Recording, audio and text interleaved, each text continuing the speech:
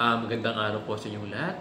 Sana matapos niyo panoorin itong aking vlog ay makapag-subscribe kayo sa aking YouTube channel. At sana matapos niyo panoorin itong vlog kong ito, paki-hit na lang din yung notification bell para every time na nagkakaroon ako ng bagong vlog ay palagi kayong manonotify. At yung palaging request ni Sir Bong, kasi dyan sa mga vlogs ko ay marami nang lumalabas na ads. Sana pag lumalabas yung mga ads, huwag nyo siyang i-skip. Papanoorin nyo ng buong buo lahat ng ads na lumalabas dyan sa aking vlog.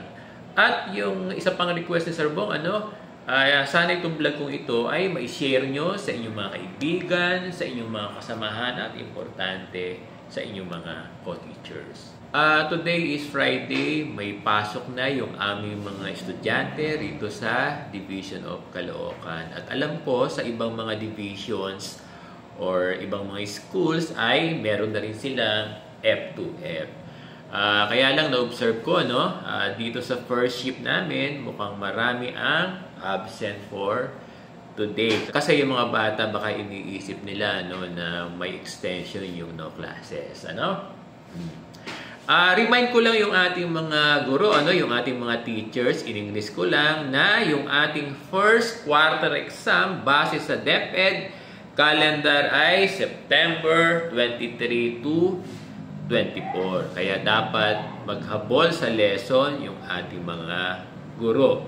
Pero kung nagbibigay naman kayo ng ADM, gaya nung sinasabi ko dun sa aking vlog, pag walang pasok, alam nyo, nakakatulong ito sa pag-aaral ng ating mga learner. Puntahan na natin yung ating topic ngayon.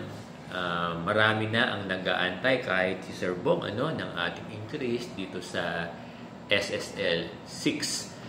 Diba may statement last month si President Bongbong Marcos na dapat ay magsimulang ibigay itong increase ng last August.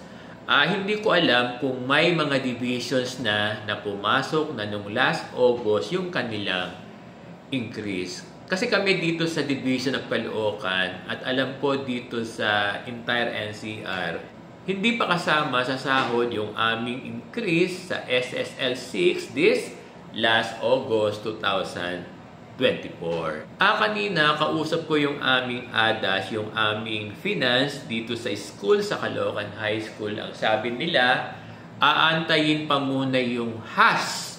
Ito kasing HAS, system ito ng distribution ng ating take-home net pay. At dito makikita sa HAS kung meron na tayong increase. Alam nyo itong HAS, alam ito ng inyong mga ADAS. Alam nyo, dear teachers, pag meron tayong benefits o meron tayong sahod, karaniwan nating naririnig yung SARO, NCA, at marami pang iba. Sa announcement ni Yusek Ancevilla, sabi niya, even yung retroactive ng SSL 6 from January to August ay meron na SARO.